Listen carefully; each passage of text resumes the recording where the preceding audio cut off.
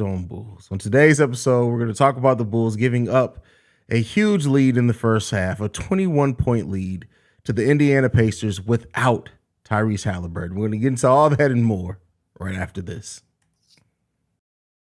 You are Locked On Bulls, your daily podcast on the Chicago Bulls, part of the Locked On Podcast Network, your team every day.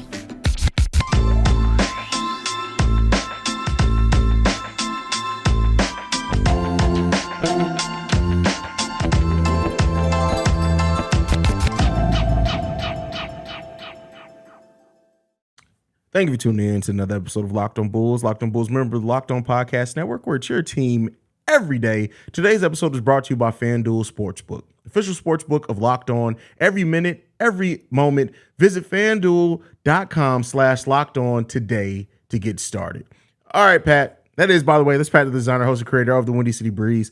I'm Haize, host and creator of Chicago Bulls Central. And Pat, the team that we have dedicated our lives to for the most part, right? That we've sat here and supported and loved and given our time and create for.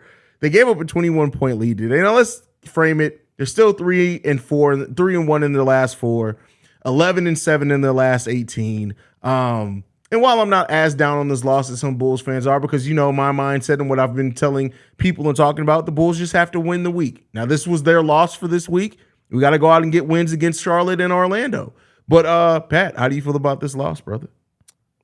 I feel like, and you heard Will Produce say this in the post-game show, there's one very key thing that that every team can do to disrupt you in a game. And it was exposed extremely well tonight. When the physicality increases, the Chicago Bulls shy away.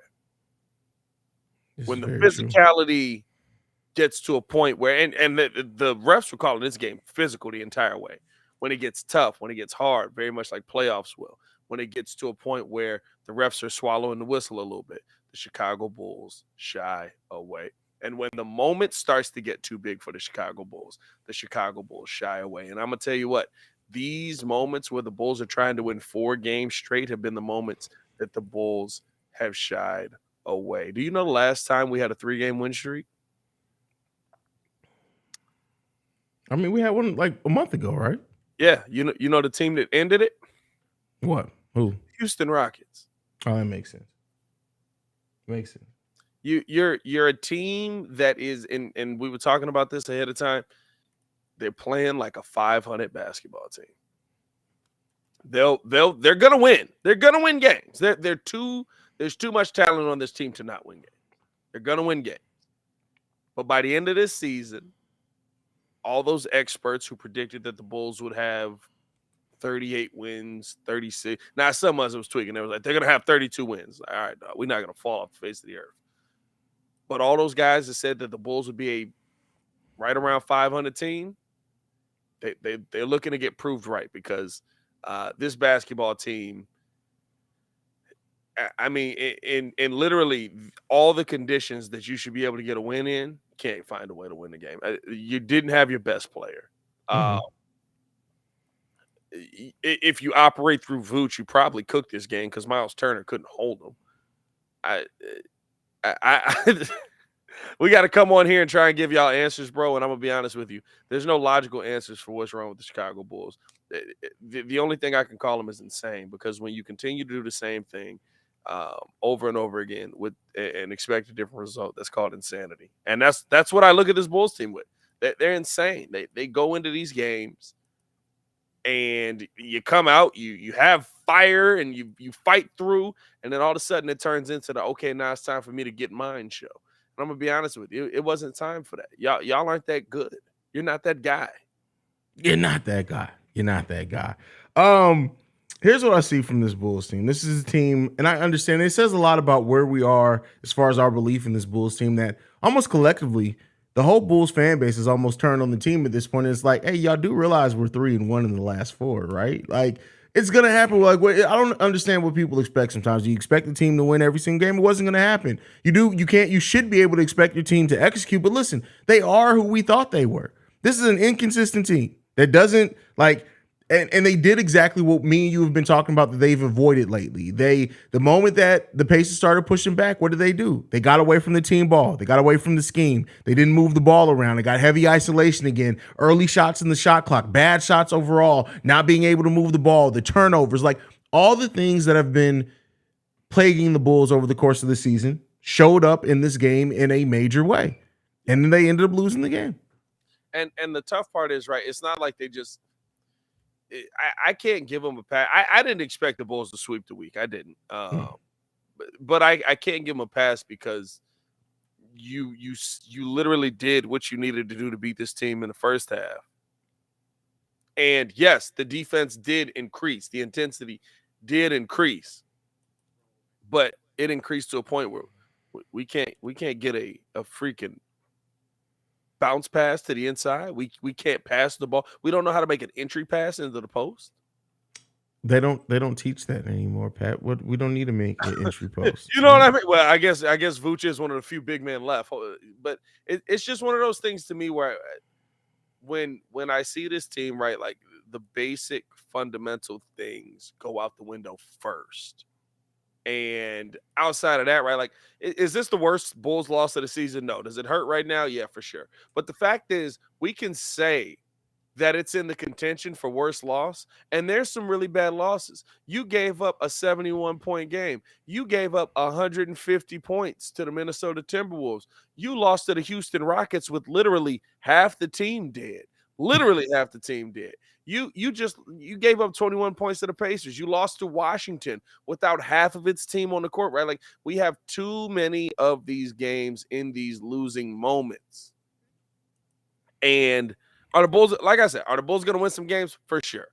And by the way, everybody who's coming in, they need to blow it up. They're going to blow it up. They got to blow it up. No one's blowing anything up. They're not happening. It's not happening. Like and like I said before, every season Bulls fans get this narrative on something. Last year was Miles Turner and Jeremy Grant. And then no matter what happens, the Bulls, every time the Bulls, oh, you know what? Jeremy Grant would have fixed that. You know what? Miles Turner would. It's not going to, the Bulls aren't blowing it up. Get out of this mindset. Act like you know this team. This team isn't blowing it up. It's not happening. Yeah.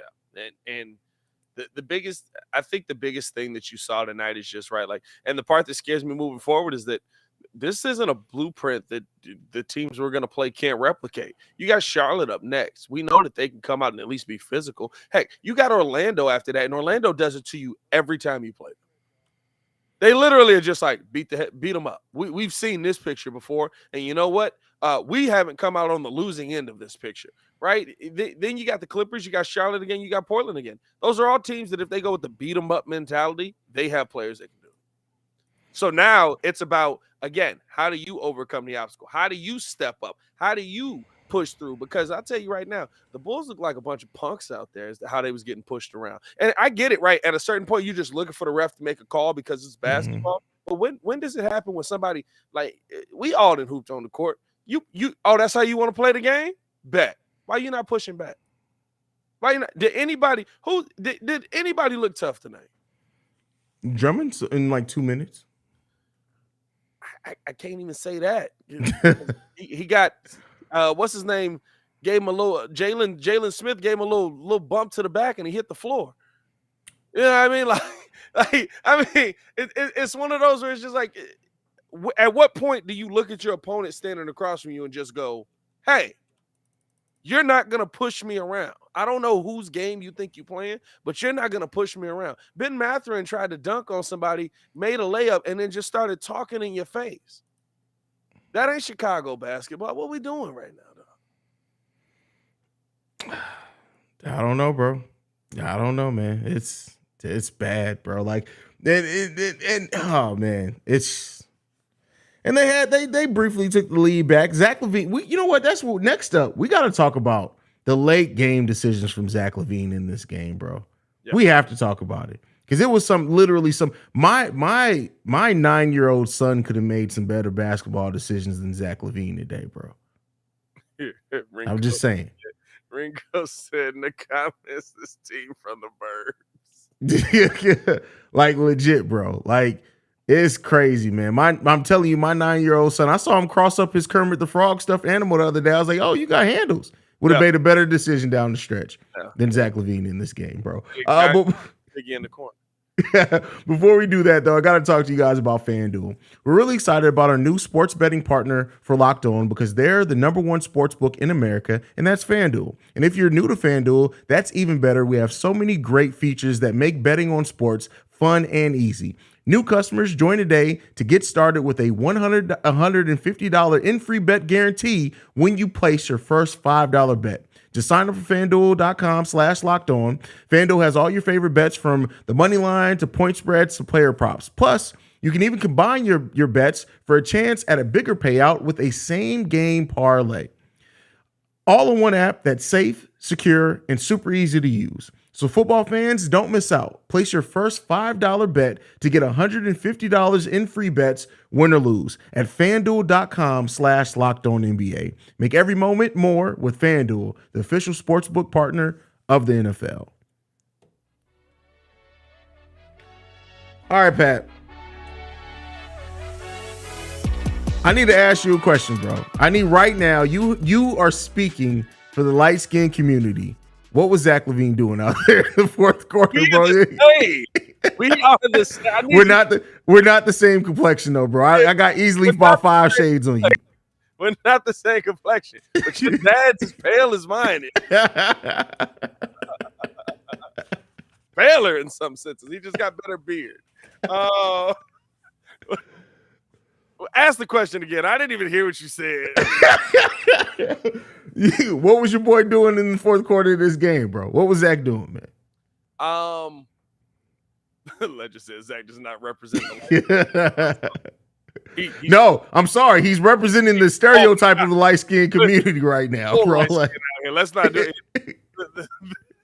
Don't worry about it. But anyway, I mean, listen, there's no defending. He looked bad, right? And I thought he would have gave you a better performance in this game, seeing this out. He kind of was just basically playing second fiddle in the last game. Still had a nice game last game, right? Like, and I'm not one of those people that are going to come on here and just instantly bash Zach LaVine, his season based on this game. But I think that, again, right, it goes to the toughness. Zach was trying to do things that when they were running through you to get to the ball, I mean, literally, like at points, it looked like sections of 90s basketball out there, right? Like there was some assault going on. And especially on Io. Duarte and Io fought out there. That was a fight. No, we'll talk about that later. Well, listen, Io was fighting for his life all night against TJ McConnell. But I think the thing with Zach LaVine is that one, I do think the hand is still bothering him. He's playing through it. I think that's why we're seeing him try to get to the bucket more, still seeing jump shots, but the shots have not been falling as well. But I think that when, again, it's the same conversation. When teams play you tough, how do you elevate your game? And Zach LaVine already with a handle, right, that many of us have said is very suspect at times. He had 3 turnovers literally, and it was just like, what happened? They ran into you, and you just lost the ball.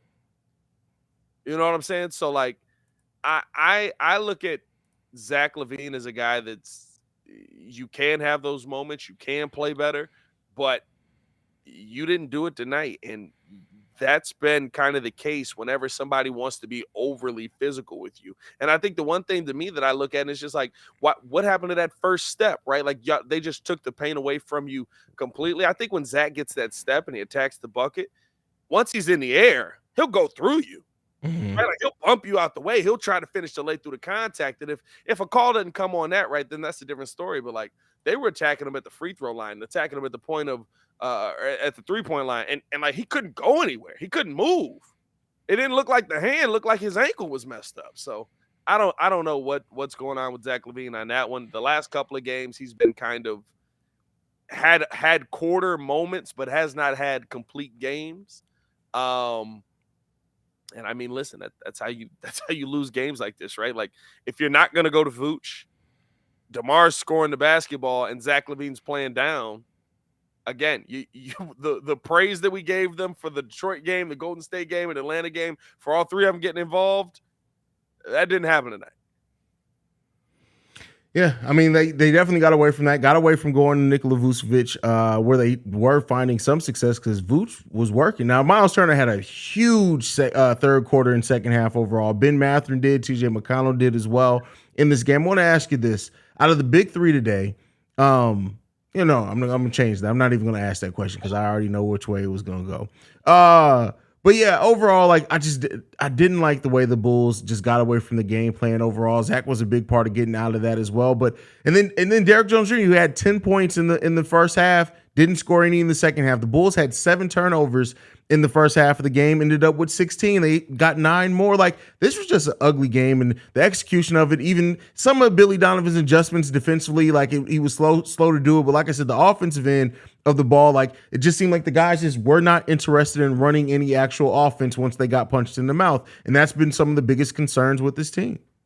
Yeah. Now, I will say Miles Turner was playing out of body, and sometimes that's what you need.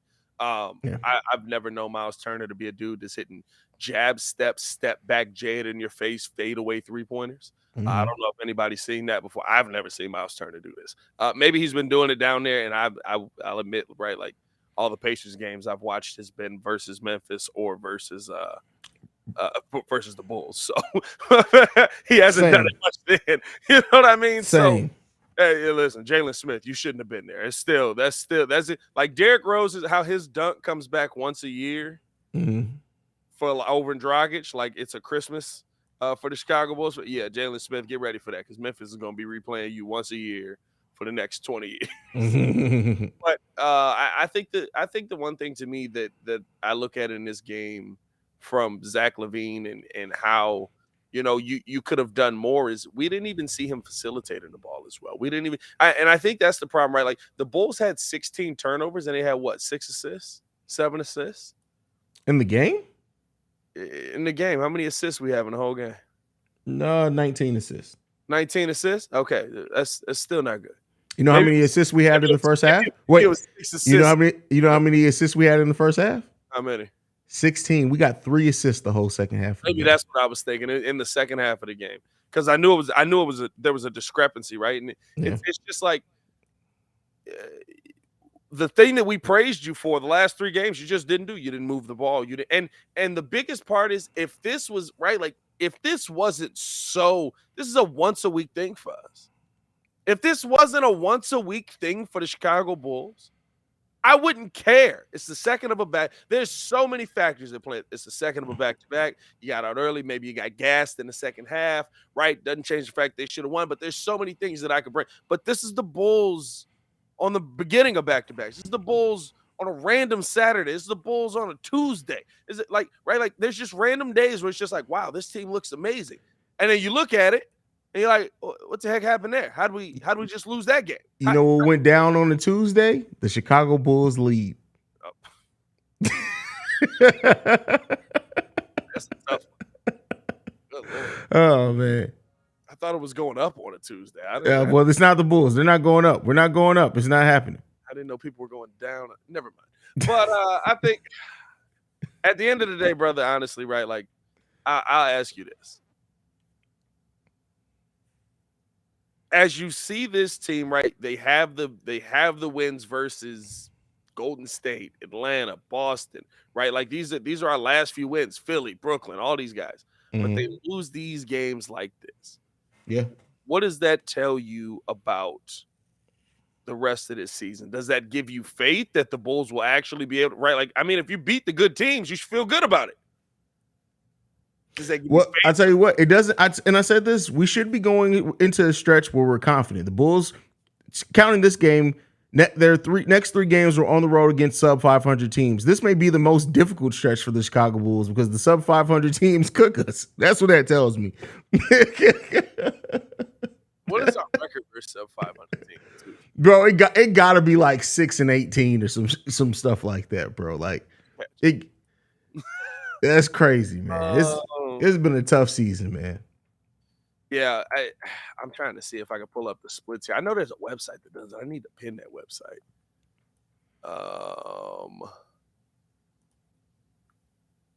I guess maybe not, or maybe Don't worry, bro. website is anymore. I don't know, dog. At the end of the day, to me, the biggest thing that this team can do is just move on, prove us wrong. Very much like I said with Pat Will, prove us wrong. Show us that you're the team that we saw before and not this team. Hey, because here's the thing: if this team just rears its ugly head every now and then, that sucks. That's a game we should have won. That sucks. But you can't keep doing this. You can't, right? Like you have to get to a point. This was a playoff implication. This was a moving up in the playoffs. You could have leapfrogged the Indiana Pacers here and gotten to a point, a team that lost 7 straight, by the way, and gotten to a point where you're starting to move in the right direction. You know what's funny? I just looked it up. The Bulls right now are 22-25. On teams above 500. See, that must change. That must change. This must be not when we played them, because it says that we are 15-16 against teams below 500. But that I don't know if I trust that. I mean, I can see that being right. But it also says we're 7-9 against teams over 500. We have more wins than that against the top teams in the East alone. We're 8-1 against the top teams in the East. Yeah, it might be one of those things of because when we beat Brooklyn the first time, right there with the bottom of the East. Okay, got you. It might be the at that time that we played them. Time when we played them, right? Because our first win versus Brooklyn was terrible. When we beat Boston was kind of at the top of this early in the season. You know what I mean? Okage said the Bulls are the Cowboys of the NBA. Nah, bro. I said this. Thank God we're not Cowboys fans. Because at the end of the day, we come into every season as Chicago fans with a certain level of expectation, and we just hope you exceed it. You know, outside of C-Red Fred, there's not many people that came into this season and were like, championship 7's on the way, baby. I don't even think he did that video. I mean, that episode this year, bro. Did it this year. I don't know. It's funny. Every year since I was like 20 years old, C-Red Fred has done an episode on why the Bulls could win the title that year. And I think this is the year he stopped doing it. That's crazy, bro. Hey, man, Fred, if you're okay out there, Fred, blink twice. Yeah, so we're gonna go into the last topic for today, Pat. So I know we touched on it a little bit briefly there, but let's go ahead and get into it a little deeper. The next 2 games now for the Chicago Bulls as we look towards the end of this week, against the Charlotte Hornets and Orlando Magic. How much faith do you have that the Bulls can win these next 2 games? And like I said, that's been my motto at this point. What percentage are you giving it that they can still win the week? I think they'll tie the week. I give it a tie the week. Okay, that's fair. I give it a 50% chance that they'll win the week.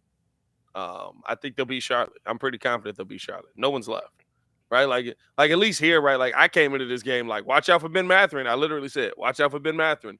He can cook. He's cold. Watch out for Ben Mathurin. Ben Mathurin said LeBron got to show me. You think he worried about DeMar DeRozan or Zach LaVine? And then showed LeBron. And then he actually showed LeBron. Moses was like, hey, bro, you better back that up. And he did, and nobody talked about it. You know what I mean? He did win off of Andrew Nembhard game winner, light touch. But I think we'll beat the Hornets, and I think we'll get cooked by Orlando. Orlando is exactly the kind of team. Orlando's been implementing this game plan. Yeah, I think the originators of it dated back to last season. Bro, this ain't a new game plan for Orlando, right? And now they got Paolo Banchero, who I'm going to be real with you. Nobody on our team can stop him.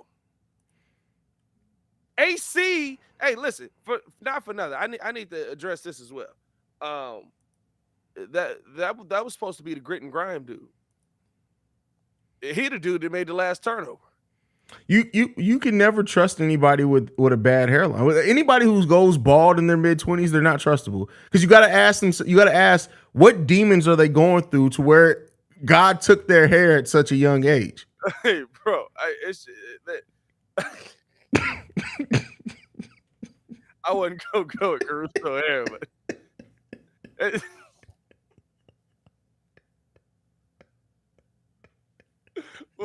What demons are you dealing with? The God took your hair. That's tough.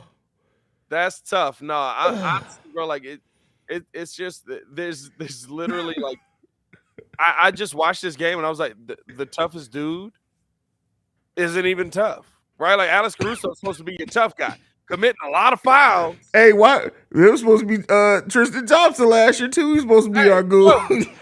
Every tough dude we get. First off, let's stop getting tough dudes from California. Stop doing that. Let's stop getting dudes that have been anywhere near Kardashian.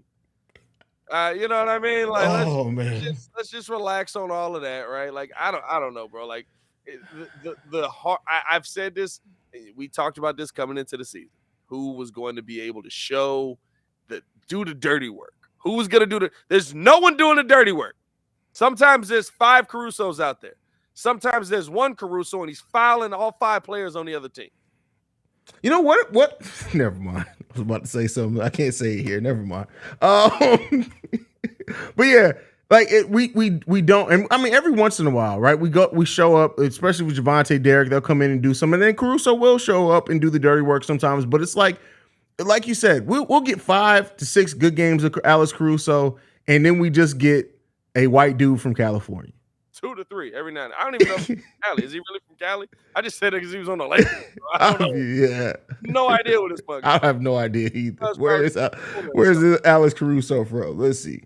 Keep it going though, bro. But, I mean, like, honestly, right? Like, there's nobody on this team that can guard the Paolo Banchero.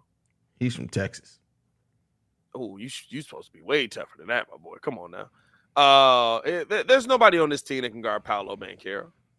There's nobody on this team. Alex Caruso is the white Pat Beverly, and nobody wants to talk about it. We're gonna move past that.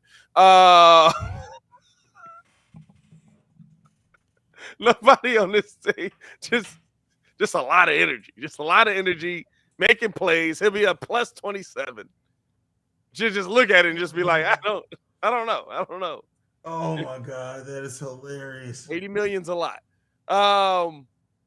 Whatever he's made. I don't even know. But there's nobody on this team that can hold down the Orlando. This is what happens when y'all lose by 21. We just start trying to make jokes to make ourselves feel better, bro. It's all we got left. It's all we have. It's over with, bro. It's over with. Hey, and this is the tough part. We really do both love AC.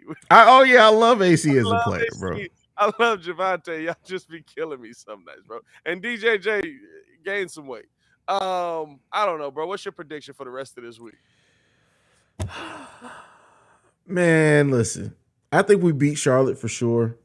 I'm actually going to say that we do beat Orlando as well. And I'm going to say, you said who do we have to guard Paolo Banchero? I think we see the Paul against the Orlando Magic.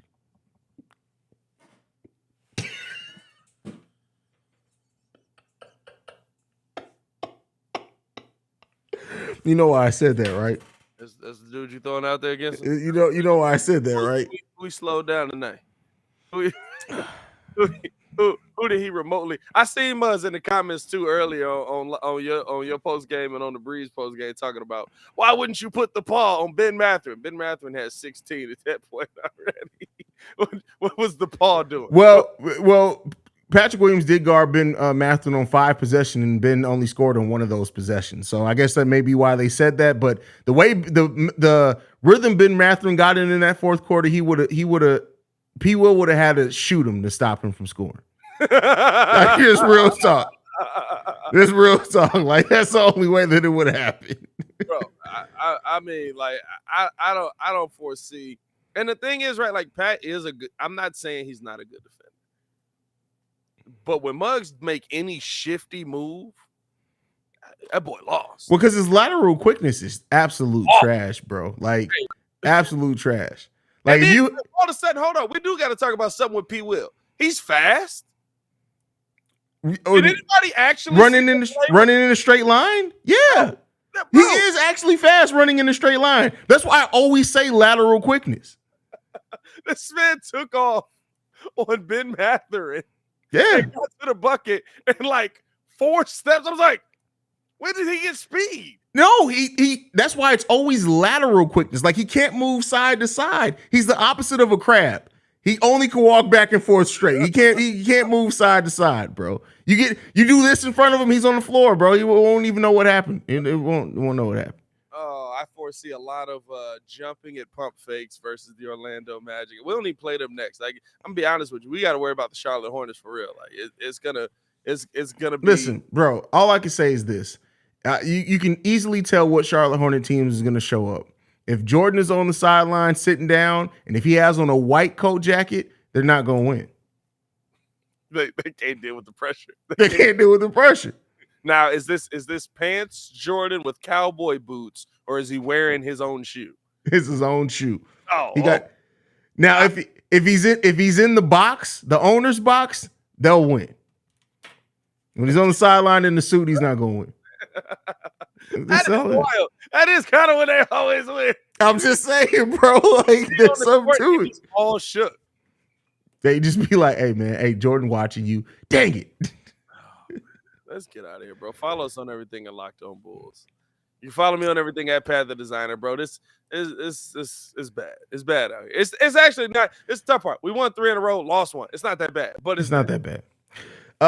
Thanks for making first that. You can follow me at CEO Haize, CEOHAIZE. And thank you for making Locked On Bulls your first listen today. Now for your second listen, go and check out Game to Game NBA. Every moment, every top performance, every result, Locked On Game to Game covers every game from across the NBA with local analysis that only Locked On can deliver.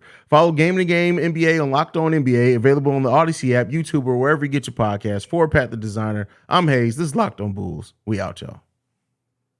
Peace.